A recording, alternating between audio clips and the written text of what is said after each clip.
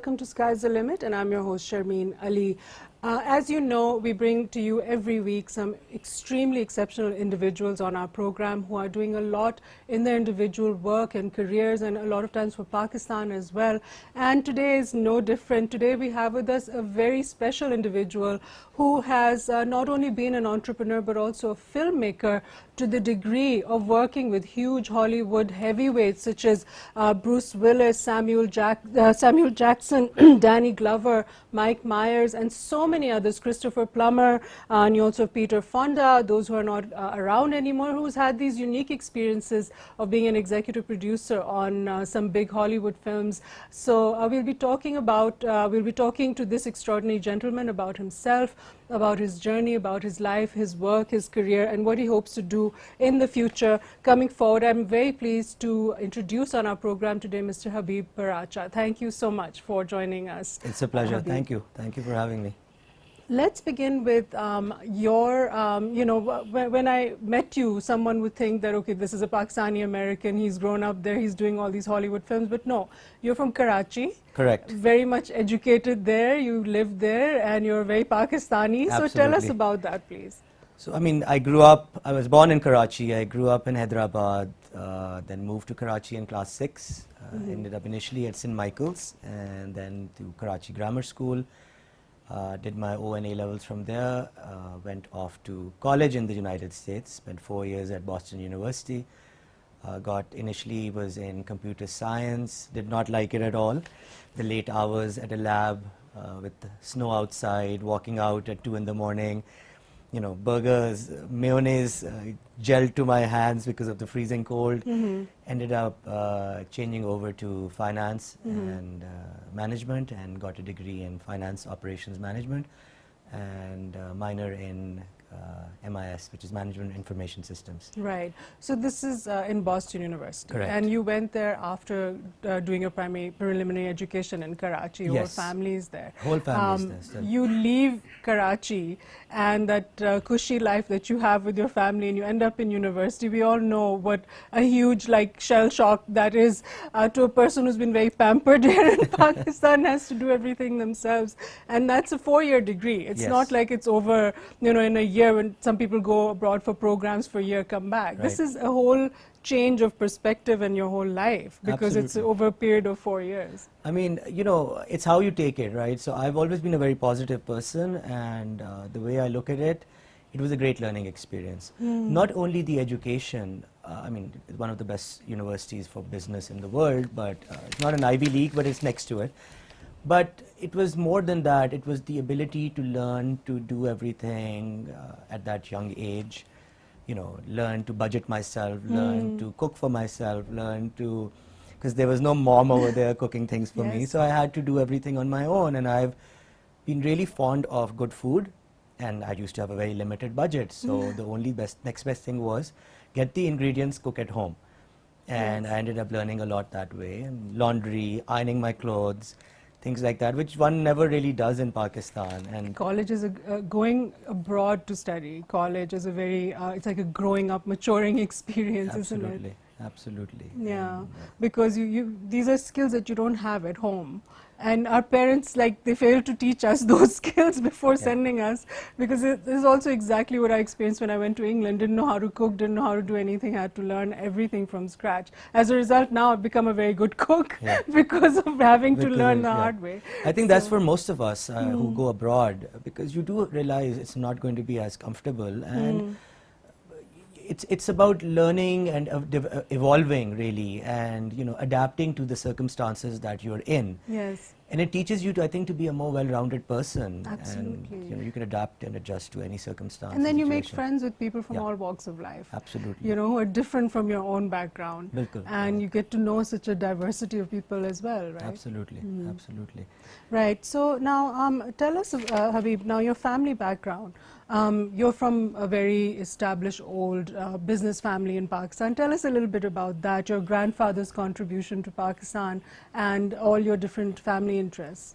So I'm very blessed to be born into the family I am. No credit to me. I guess I won the genetic lottery. And I come from a family where my grandfather, my dada, You know, he had the honor to give a blank check for Pakistan to Liaquat Ali Khan. And, you know, we were a business family in unified India. My father, in fact, is born in Amritsar, and we had a carpet factory there, and my dada was also given the title of Khan Bahadur by the Viceroy. When we moved to Pakistan in early 1947, when the family moved, my grandfather did not take his claim and let go, and you know, we set up businesses in Pakistan. I believe, if I'm not mistaken, from what I've heard, you know, the first Prime Minister, Liaquat Ali Khan, he asked my dada to establish Pakistan's interests in Balochistan, because at that time Balochistan was not part of Pakistan. So the family, my dada went and got mining leases from the Khan of Kalat and set up a mining business in Balochistan back then. Okay, back then. Yes. Okay, and then your family's also been into sugar refining, ethanol, finance, so many different industries, right? Utilities, agriculture, publishing, mining, energy, mining you mentioned earlier Yes. also. So a lot of different fields. What has your role been on that, especially when you came back from college? So which role did you decide to take on that you thought you were a fit for? So I've always liked finance, and it's funny, like I can tell you a old story that at the age of 5 and 6, when kids were reading, you know, comic books, I used to roam around at my nana's house, who was in the army, and I used to roam around in his house in Sialkot with Fortune magazine, and I'd be reading it, and I'd be memorizing, you know, every big business conglomerate in the world and what their source of wealth was and how they did it and stuff like that. And my nana had nicknamed me QMG, Quartermaster General, because I used to have a little bag and it would have all the things of the house, and I would like be rationing them and budgeting them back then. So I always understood finance really, really well. So naturally, because of the inclination, I got involved initially with the finance side of the family businesses.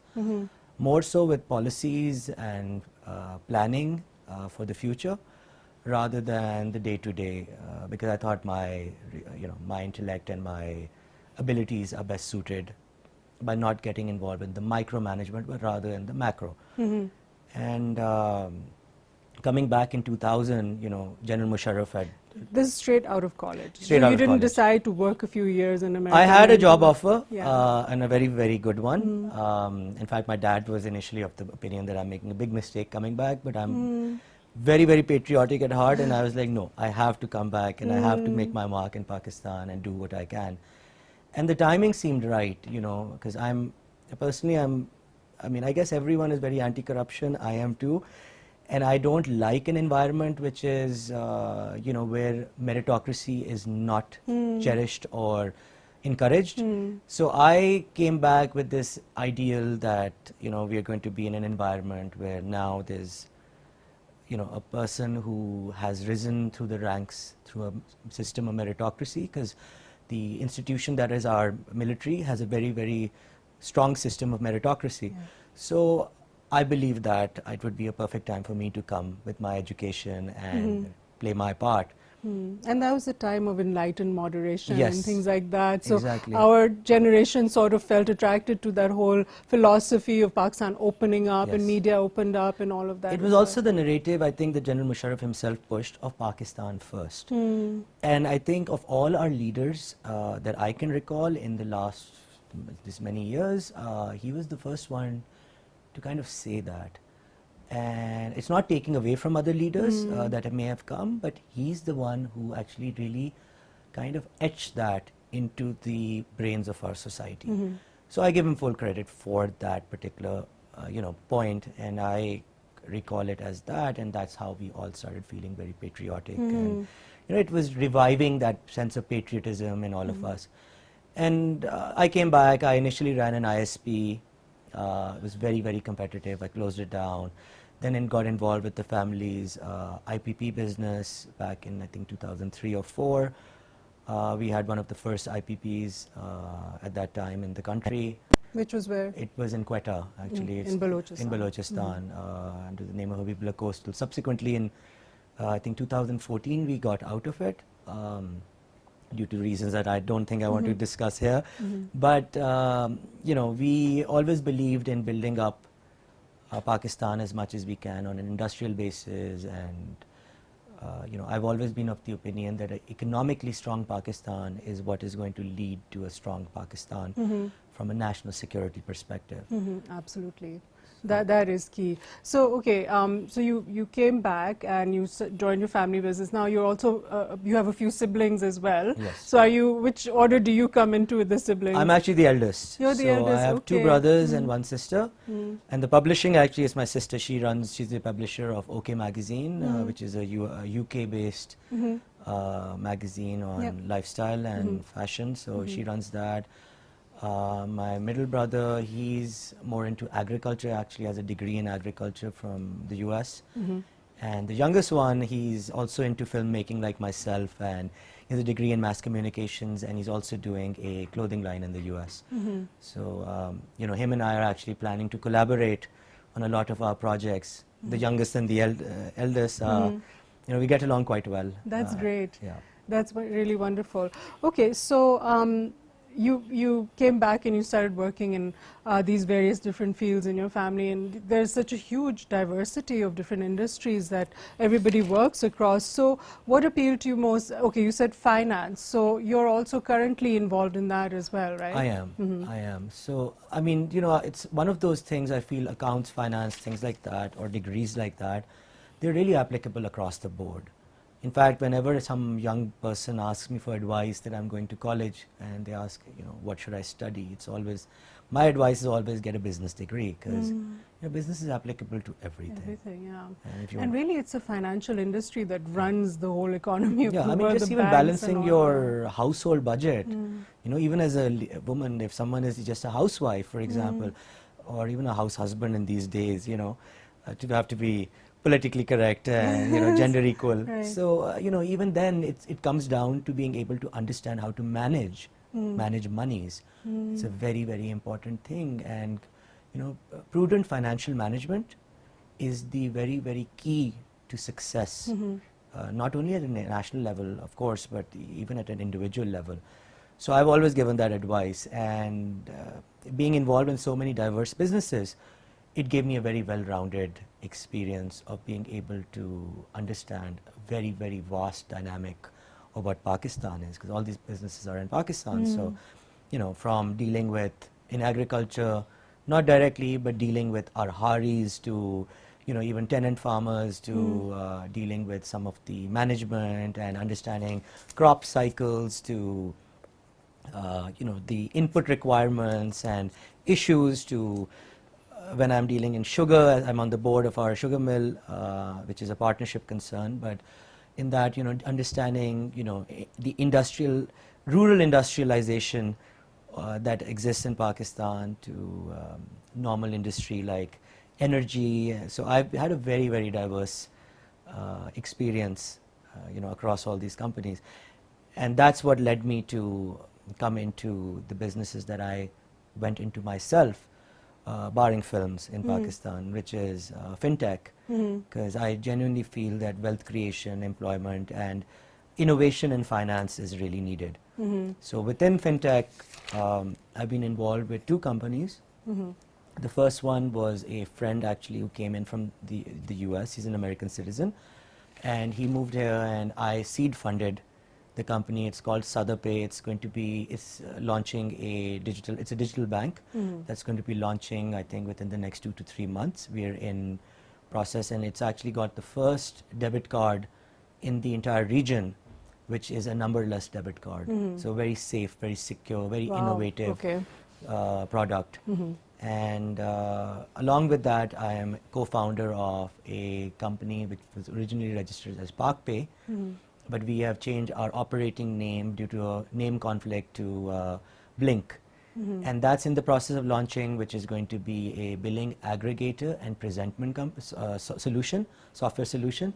And what that does is it digitizes the entire supply chain for bills. How does that work exactly? So how it works is, like, you take a multinational, for example, that may have 100,000 billers across the country, say someone like a Colgate Palmolive or a Unilever, or even I think PTV for that matter. what we do is we make all your bills digital, and we charge a very small fee on those. But what it does is it gives you the ability to make those payments using existing bank accounts without the need for a check or a banking transfer.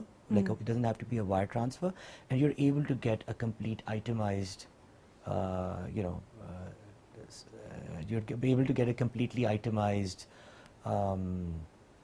rundown of all of it at the end of the month. So it makes it easier, right? So it makes it very easy, and it's cost effective as well. So as an example, I can tell you, say, I mean, because you said you have kids, and if you have to pay your children's school fee and you're working here, and the school is going to send you a bill via TCS or Leopard or whatever, and say put a bank slip into it, and then you have to either have an account in that bank, or you have to physically go to a bank and make that payment. So through this, irrespective of which bank you have a account in, as long as we have that school on board, you're able to make a payment off your phone app, off your mobile, and you'll be. That's through mobile banking. Mobile banking, online banking, through any of those, or even through by going into your bank. So it just opens up so many more avenues for payments. Yeah, and 24 hours a day you can do it. Just streamlines everything. Yeah, and you're not dealing with all these paper bills all the time. And for the institution, it's actually cheaper to do. So the average cost of bill printing and all for an institution like a school is about 100 rupees between printing, processing, having it sent to you, and we drop that fee down to say like 30 rupees. Because it's all electronic. It's all electronic. Right, okay. And so it saves a lot of money and time, and so everyone along the supply chain is very happy. When do we expect to see this sort of pervade all over Pakistan? Our MVP, which is the minimum viable product, is out probably end of next month. My other co-founder, he's actually an industry pioneer in this, and he's the one who's the CEO of the company and very hands-on. I'm involved more with the strategy and planning, and currently in process of bringing in a panel of advisors, strategic advisors, board that's going to guide us and advise us on how to do it. So do you think this is going to really take off? I think it will. I mean, it's a tried and tested product globally, so why not, right? And it's innovative. It helps with the digitization, which the State Bank is also pushing right now. It really helps with that ecosystem. It helps build that up and build that out. So I see it as a multi-billion-dollar company, inshallah, in the years to come. We're seeing a lot of very interesting startups coming up. We've done a lot of programs on that as well, a lot of tech startups and things like that. So now that you're in the industry as well, what would you like to tell our youth? What is a good thing to get into as an entrepreneur in Pakistan, which they can actually do very well in, and particularly for women, because you're finding that after COVID, people have lost jobs. There's a lot of uncertainty everywhere in the world. People want to now do something from home, do some sort of business or whatever. So what would you recommend for our viewers? You must identify a genuine problem and then find a solution to that. Yeah. And the problem needs to be large enough, or the subset of the pool of people that problem is existing on needs to be large enough to be able to monetize and make it a viable product. Don't rush that. So be very pragmatic and realistic about that approach, and identify that problem, give it enough time in terms of how you're going to deal with that problem, come up with a solution to that, and then basically bank on it. Right. Don't get hooked on one particular idea also, right? Right. Just go for more for what works and has a market. Right, and you have to keep changing. Look, I mean, if you look at some of the most successful people in the world, globally, they've changed and evolved at every step based on the data that they're getting. So if you're stuck on data which may be 6 months old, and in technology specifically, 6 months is a lifetime. Yes. I mean, you have a new phone coming out every year with completely new features. So it's all data driven. So keep evolving, keep moving, and keep updating your data. Right. And for women specifically, as you mentioned, I think there's a lot of opportunity. There are special programs, even international programs, which are funding. Our government has been very, very pro, women empowerment and women development. There are many things. I mean, like websites, making websites these days is really reasonable, and I know the government is working on these couple of payment processing solutions as well. So once those are on board, it'll be very easy to set up entrepreneurial enterprises which can. And I always believe being an entrepreneur is better than working as a job, simply because an entrepreneur actually goes out and creates jobs. Every entrepreneur creates between 3 and 5 jobs. Absolutely. Whereas a job is just one person, working, and while they're doing their job, but they're not creating more. So, in fact, our universities, for that matter, need to encourage more, and even media plays a part. Because normally when I see local TV, even in shows and dramas, etc., a lot of the times, you'll see that the mindset that is being instilled into the youth is you have to get a job. Exactly. Be a lawyer, be a doctor, or be an engineer, MBA, etc. right. Whereas an entrepreneur is the one that creates wealth. And also you have this this now theory about AI taking over Exactly. a lot of jobs. Yeah. And I mean, we've talked about this previously as well. How do we prepare the future of our country towards that? I mean, you have to create more entrepreneurs. Those Absolutely. entrepreneurs will generate more jobs, like you said. Right. And also they'll protect against that, Absolutely. them becoming redundant due to technology. Yeah. So the funny thing, while AI is a little scary for most, and machine learning and all that, you know what it can't do? It can't create. And what I mean by that, on the creative side, the arts. So where back in the day, the arts and all started getting ignored a little bit for what they call in the US STEM, science, technology, engineering, mathematics. Those are things that AI and machines can replicate very, very well, processes. What they can't do, for example, is write a good piece of fiction. That you will see all humanity across the globe moving back towards the arts. I mean, this is just my observation, because machines, by nature of what they are, they're very good with, if I try to compete with a computer to do mathematical calculations, there's no way I can win. But then a computer can't bring in the human element. Like a Correct. computer can't be an Oprah, Exactly. So, yeah. I mean, that's So like lacking. writing a So good the book on fiction, personalities right? also, Like you right. cannot do it. So one of the reasons actually I went into film as well was that I realized these, developments and changes coming, and I realized also the impact that these can have. And that was the reason that I kind of migrated, having a successful business career. I said, you know what, these are great, but within that, I need to make an impact, and I also need to, do things beyond that. And I know that the world is going to kind of transition towards this. Right. So let's be ahead of the curve and migrate towards this. Okay, so now we come to the big topic in your interview, because okay, how did that lead to your work in the Hollywood film industry? So as a child, I used to always joke around with my dad that, I mean, I'm not as really as a child, I mean in my younger days, and which is like mid-20s, that, if I could do things over, I probably want to do something in film. And my dad would like just shake his head and be like, why?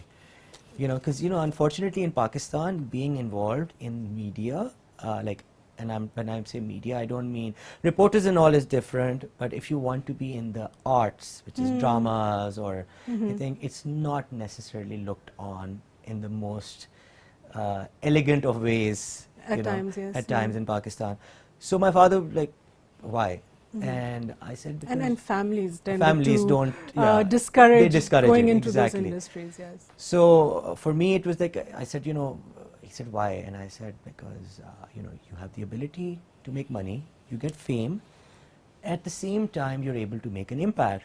It's a matter of what you do with that fame. Some people will use it for good, some people use it just for themselves, and there are some people who will use it to make a positive change. So for me it was trying to get it to do that. And obviously with fame comes responsibility. With any kind of, position of power, and fame is also a type of power. You know, it comes great responsibility. You are a public person. You have to carry yourself a certain way. You have to have certain mannerism. In private life is different. Public life is different. So when you're in a public eye, whatever you may want, like or dislike, keep it private. And in the public, because you're a role model, you have to behave a certain way. There's a huge responsibility. There's a huge responsibility, and people need to realize that.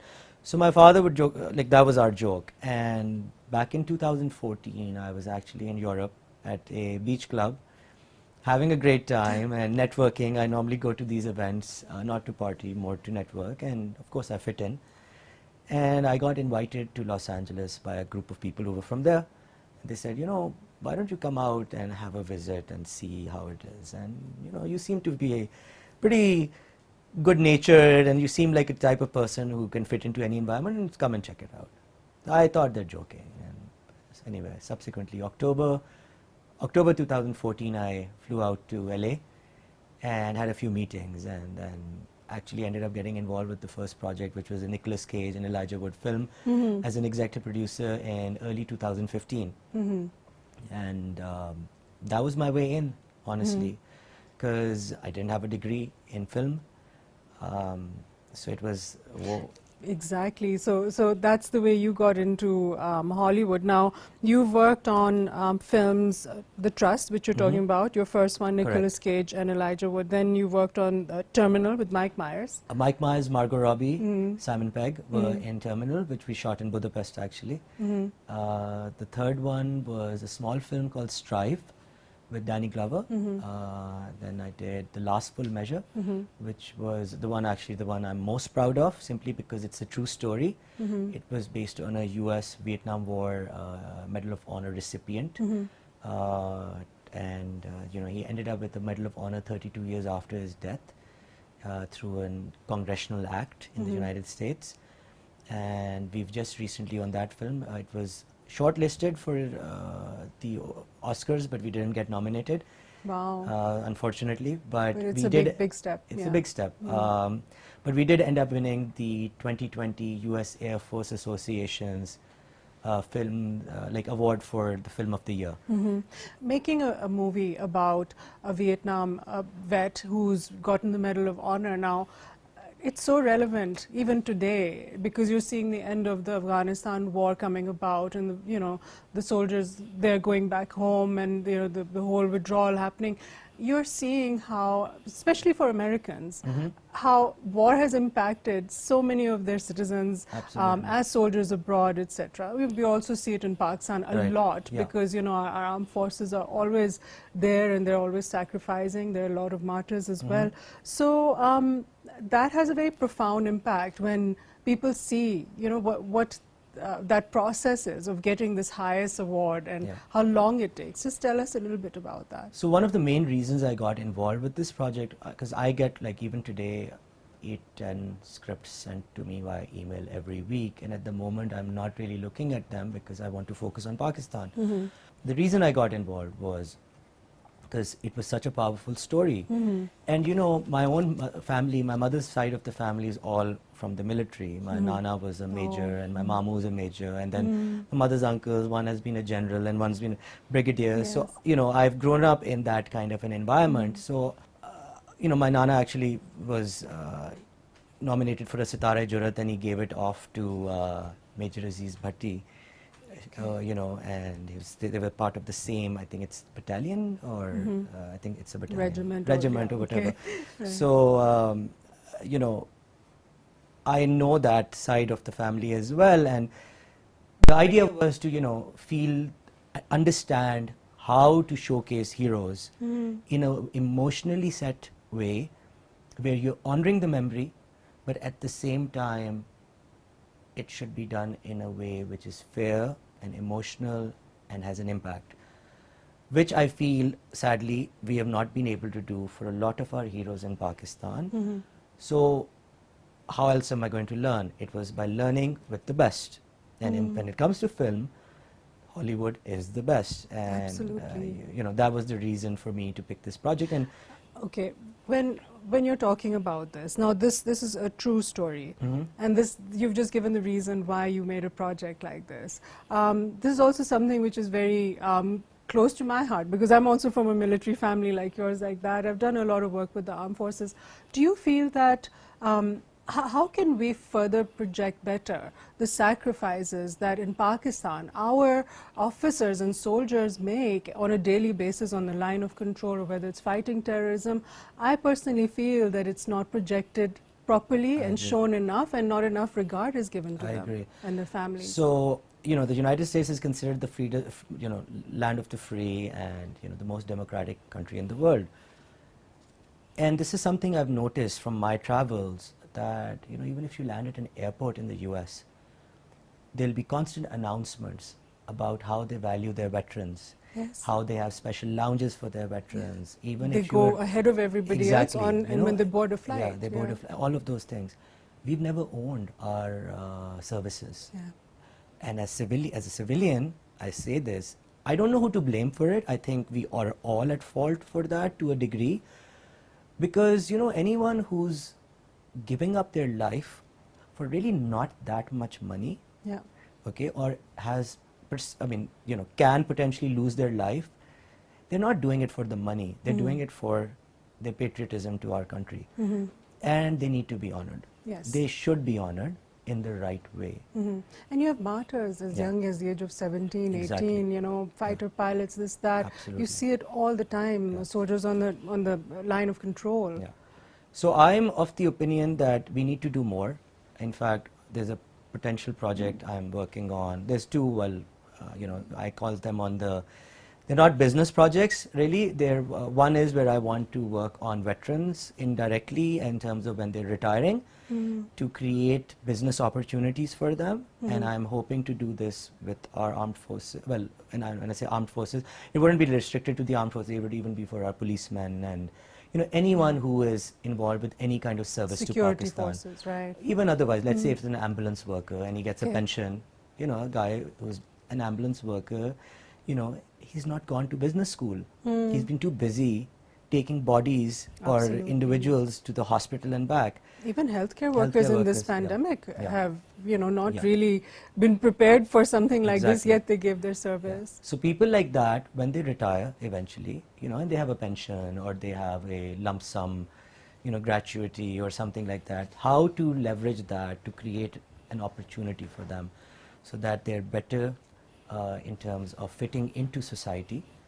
And like some sort of a training program, which could be online, so that they're able to utilize that to learn. And I'm in the works on that, so you will hear about it soon enough. That's a fabulous thought, because that's really needed. You're thinking about those people. We should. They're from us. I mean, this whole thing of civilian versus military, I personally don't get it, because we're all the same people. They're fighting for us, because if they don't, we lose our freedom. They're not fighting, to safeguard. I mean, they are safeguarding their own families too, of course, but their families are from us as well. So it's high time that we balance it out. And I'm just going by what I've seen in developed countries, how they honor their own. Absolutely. Recognizing what our armed forces personnel, security personnel and all, people who are really going out there and putting their lives on the line, sacrificing, and not thinking about, not many of us can think of doing work where you can potentially lose your life. That is a huge thing. It's really huge for them and their families, and we don't give it enough credit. I'll give you an example. Take the very basic. Take even a police constable, traffic police. The guy who's standing on the road with all the smog, all the pollution. I often think that. And he's earning 22,000 rupees, something like that. He has to make ends meet. First of all, it's impossible to make ends meet in that. So I also understand a reasoning behind that corruption that they're always accused of. What are they going to do? They can't survive, right? So that needs to change. But beyond that, just standing in the sun all day, and Pakistan is a hot climate country, especially in the summers. What does that guy go through? Can I do that? Can I do that in and out every single day? You know what? Absolutely not.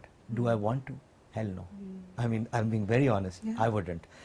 So it takes a certain type of mind to be able to do that. And now you take that now, because I've not visited our borders. So you take a soldier who's standing at the border, gun in hand, no matter what, and just standing for 10 hours or 12 hours at a stretch, and he can't fall asleep. Yeah. He cannot move because, forget falling asleep and getting scolded by his senior officer, he may end up getting shot and dead, die, right? So that fear is what keeps them also to a degree awake and alert. But that constant stress, I don't know, I mean, I don't think I could take it. So full marks to them. Yeah, Really, and full a lot marks of to them them. at a young age have serious heart issues and Yeah. health issues because of these things. Yeah. And it's wonderful that a person in your position, the work you're doing, is thinking about that. Not everybody does. Now, I'd like to come back to your work in Sure. movies, because it's very interesting, it's very unique, it's very unusual for a Pakistani to be doing this, making these big Hollywood movies and all. Tell us a bit about what it's been like to work with these actors, who we all know their household names, like Right. Nicolas Cage and Mike Myers, Bruce Willis. Out of them, who, can you relate to us some interesting interactions you've had, or who out of them do you feel was, I wouldn't say the best to work with, I'm sure they're all very unique in their own way, but what's been memorable about it for you? So, like, for me as a executive producer, I wanted to learn, but I know there's a limitation, and given the paucity of time, I have to make sure that I utilize my time the best I can. So I was in LA for the premiere actually of The Last Full Measure, and ended up getting involved with Hard Kill, which was the movie with Bruce Willis. So I flew one night from LA to Las Vegas, took a connection to Cincinnati, ended up in Cincinnati at 6 in the morning, checked into the hotel, had to be on set at 8 in the morning, got to set. It was pretty cold because it was minus, I don't know how many degrees, snowed all over. Ended up on set, no sleep.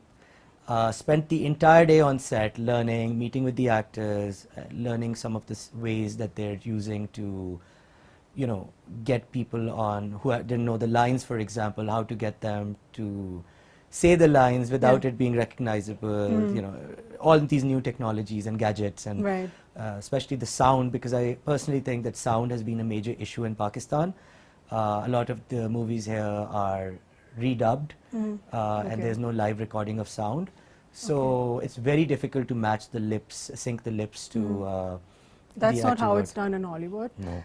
They have a boom mic, Okay. and it's actually like telescopically put on top, and that's how they do for all the movies. It's all live sound recording. It's all live sound recording. And it's just because otherwise it's distracting and it's confusing for the mind, that if I'm seeing on television or on a screen, especially on a screen because everything is so much more magnified, I'm seeing lips and the words coming out are not synced, my brain is going to get confused. It's like that recollection you get of those old Bruce Lee movies. I mean, Exactly. that was a different language, That's but exactly it was what I funny. joke around Yeah, about. It's like, and then there's another word coming out. Yeah. So that's what happened, and it's very confusing, and especially when it's the same language. Because a dubbed language you'll still accept because the movement of lips is not syncing or it's not matching with the words. But when the movement of lips matches with the words, but it's off by, say, it's off cue by half a second, your brain gets really confused. Right, exactly. And actually you're going to end up getting a headache. So one of the major things I focused on, because I think otherwise our sound, scoring can be okay, but grading is all right, but the major thing was this. So I flew in, spent the entire day there, got done at like 8, 9 in the evening, went for dinner with the cast and crew, flew back at 4 in the morning, got to LA, had a 3-hour layover, and then took a 16-hour flight back to Karachi. Wow. To crazy. attend my premiere in Karachi. Okay. Did my premiere, which was attended by a lot of dignitaries, including like say some people from the foreign corps as well, like the U.S. ambassador, U.S. Consul General was there. Right. We had the French Consul General in So Karachi. was this your first launch in Pakistan? It was. Okay. So, How did that feel? One of your movies, being a Pakistani from Hollywood, being launched over here in Pakistan. I mean, I see a lot of the movies here, but it was a great moment for me personally, because doing this for so many years, and everyone would always be like, Pakistan kab aayegi movie, that's general question, because great, you're doing all this there, but when are things going to start hitting home? So I was really happy to get it here, even though I knew that this movie would not be necessarily something that our local audience would relate to on a general population basis. The people who saw it, and even within the premiere, most of them had a tear because it's such a powerful film. And again, that was the goal: get it here, build up an audience, get my name, so I can build up really, really good projects in Pakistan. Right, but are all your movies now accessible in Pakistan for the viewers here on Netflix and platforms like that? One of them is on Netflix, but only in the US. So if you put in a VPN, you can see it. The rest of them, Which one is that? that's Hardkill. Okay. The rest of them we didn't go on to Netflix because they're still on a build pay-per-view kind of thing. But I'm sure, especially our young generation is very, very entrepreneurial and enterprising rather. That's They'll the better figure word. out a way to see it. They have many, many ways to see it here, and you know. So tell me, how did it feel being a Pakistani, to be working in this industry abroad? It's an opportunity for you to project the right kind of image, you can say, of a Pakistani, which has been distorted over the years Right. over there. There are many who are very mainstream, but few who are in a position like yours, you know, Right. working in an industry such as yours. So how has that experience been as a Pakistani? I've always considered myself as an ambassador to Pakistan, and you know, at times I have to put my personal life at hold when I'm in a setting where I'm representing Pakistan, even if it's in an unofficial capacity. And generally, people are very, very surprised when they find out that I've grown up in Pakistan, I live in Pakistan. They're like, "Really? You mean you still live there?" I'm like, "Yes." Why is it? Why is it that? Why is that so shocking? Where did they think you were from? Did they mistake you for being a Latin American or Well, I've European? had that also, Italian, Spanish, Latin American. But beyond that, they thought that maybe because my English is also very proficient, and they felt that maybe I'm just one of those who's grown up in the US or in the UK. And, you know, also somehow, depending on which accent I'm speaking with, as in the opposite person is speaking with, my accent changes a little bit. So it's funny, and I don't even realize it myself. Yeah, we tend to do that sometimes Yeah. based on our environment. Right. So they would think that I have not grown up in Pakistan, and when they would hear that, they'd be very, very shocked. And I said, well, guess what? We are normal people. Yeah. And Pakistan is just like any other country in the world, and we have our educated people, and we have, sure, we have a few bad apples like everywhere, even the United States, you know, the UK. Any country. Every country. Any country, right. Very unfortunate incident recently in the press about a person, 21 years old, who went and shot up all these Asians in Atlanta. Very You know, unfortunate. so that can happen anywhere. So don't blame the entire country and all the population for something like that. Absolutely. That's true. And now, going forward, your plans for future films, can you discuss a little bit about that? And how do you plan to work within Pakistan? Because you have certain ideas about that as well. So COVID also obviously was a big problem. It put a really spanner it in all slowed my everything plans down, and yeah. projects. But in the same time, it's been a blessing also that I got this time to kind of reflect, figure out what it is that I really, really am passionate about, what I want to pursue. And I'm working on a couple of projects in Pakistan. I am still looking at some projects in the US, but primarily I've put a lot of those on hold because I want to focus on projects that I am passionate about and where I have the driving seat. And I feel I can only do that primarily with projects in Pakistan at the moment because of the budgets involved, and you know, some of the movies I've worked on, like in America, they're like multi-million dollar budgets. So will I be able to independently do that? Can I generate that kind of investment from even a set of investors? Hard, difficult to do. Whereas in Pakistan, the budgets are smaller, and I feel that it's easier to even get a group of investors on board. So one of the projects I'm looking at, it's going to be a docu-feature on Abdul Sattar Idi. Wow. And the reason for that is because he was such a big philanthropist and humanitarian that I think his life needs to be covered, and we really need to show to the Western world that this is also Pakistan. And we have people like this, you know, who have done so much on their own. Right. And as the state of Pakistan, they gave him full honors because he did get a state funeral. But the world really still does not know enough about someone And like his him. impact And that his he had impact. in this country. You know, when I hear the stories about, you know, how many orphans he helped, and I have a really soft spot for orphans.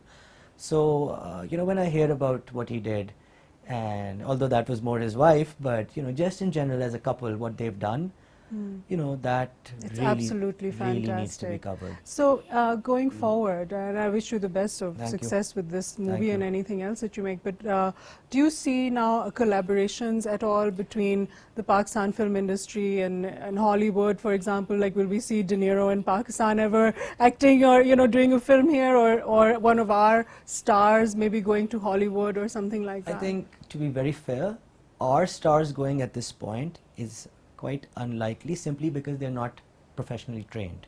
Majority of our, I'm generalizing here, but majority of our industry locally is not trained. They go into it with the passion for it, but they've not attended like a proper drama school or film school Okay. as such. And that's a requirement. Well, it's not a requirement, but it does teach you the different kind of acting techniques and things like that. And it's such a competitive industry because Oh, you're yes, getting people absolutely. from all over the world who all come to Hollywood with that desire that they want to be famous and they want to be in front of the camera. And if you look at India as well, for that matter, as of yet, realistically, I don't see anyone even from India that's really, really broken into Hollywood. Not You really. know, despite yeah. the fact that they make so many movies. You have Priyanka Chopra, but I mean, you know, honestly, and she's married to Nick Jonas, and Yeah, there's a Netflix series right now, New Amsterdam, which you have Anupam Kher. He's a doctor. That was pretty Right, surprising. right. He's got a really interesting role in that. So Right. there are a few. There and are a that's few, but a smaller TV series, roles smaller and stuff. role, TV Like even series. I mean, Anupam Kher, I mean, I think if I'm not mistaken, he was in Indiana Jones as well, with that small role in the Temple of Doom. Okay. Right. So, Right. I mean, that was they a long used time a ago. long, but yeah, long I think time ago. I remember Yeah. now. Yes. You know, because I remember that very famous line, "Kali Ma Shakti." Yeah, yeah, It's- yeah, It was right. hilarious. So, you know, I mean, obviously they're going to typecast and they're going to use them where they need to. But like mainstream breakout has been very difficult.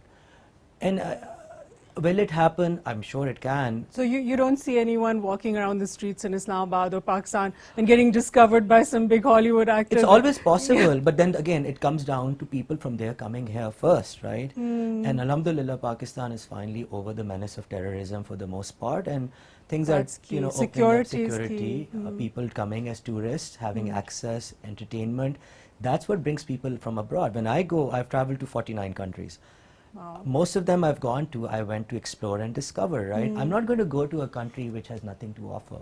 And I'm not going there to sit in a hotel. I'm going there to discover the culture, the food, Yeah, the entertainment, people, the people, right? So when you create an environment like that, which we are finally, our Prime Minister is doing, or working on, you know, Then they will come. they will come. And when they come, you have people-to-people interaction, which is the best message you can send to the world.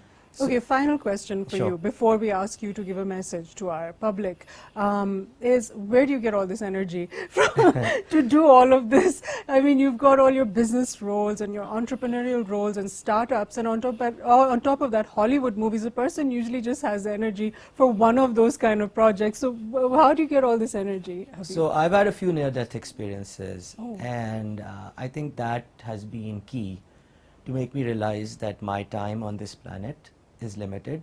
As Muslims, anyway, we believe this life is transitionary. And I'm not very, very religious, but I'm reading the Quran in English, and you know, I'm learning That's a lot. good. But you know, it's made me realize that do what you can. I believe in achievement. Money is a subset of achievement, so I've never been driven solely by money. It's an important factor because you can't do things in life without it, but it's the achievement that drives me. And I want to achieve and I want to deliver as much as I can, not only for myself, but also for society and the people around me. I don't believe in handouts as such. I believe in sustainable development. And empowering people. And empowering basically, people right. beyond myself, in the sense that even if I do something that has a social impact, I want it to be sustainable beyond me. So if I'm not around, it shouldn't be, oh, he's gone and that's the end of that. Right. you know, so that's what drives me, and that's where I get my energy Fabulous. And what message would you like to finally give to our public, and especially to the younger people? I'm sure you've been asked that a lot, Yes. but it's very important to give them a sort of an inspiration and a role model in your form. My message is very clear, and it's specifically targeted to our youth. Pakistan is a great country. I grew up in a better time, slightly better than you guys saw. And you know, I've seen a lot of the world. We have everything. It's unfortunate, I say, that our country was somewhat hijacked, and it is for us, the next generation, to take it back and take our place in the world. And we need to be proud of it. We need to make our mark, and it is the youth of Pakistan that's going to achieve that. If we keep looking into the past, you know, and just complain, we'll not achieve much. So it's time to today take decisions that are going to impact the future and keep growing from there, inshallah.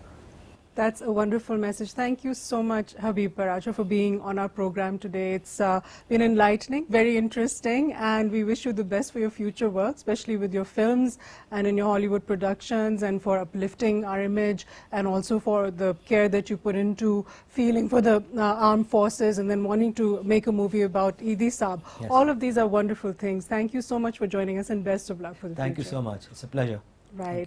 Thank you for joining us on Sky's the Limit. We will see you again on our next program at the same time, same day, Sky's the Limit. And today we brought to you a very interesting personality, Habib Paracha, a young person, as you've seen, with immense energy, who is able to do so many different things in business and investment, as an entrepreneur in different various fields with the family business, etc., and also in Hollywood, working with huge heavyweights, as we mentioned earlier, such as Nicolas Cage and Christopher Plummer, people who are not even around anymore. He's had this amazing opportunity to work with them, and Bruce Willis, etc. So that's a rare opportunity. I hope we can take from this person and learn that even if you've been given a lot of things on a silver platter, there's always more you can do, and you can use your energy towards making your country better, making yourself better, and doing more in this world. Thank you so much for joining us, and we'll see you next time.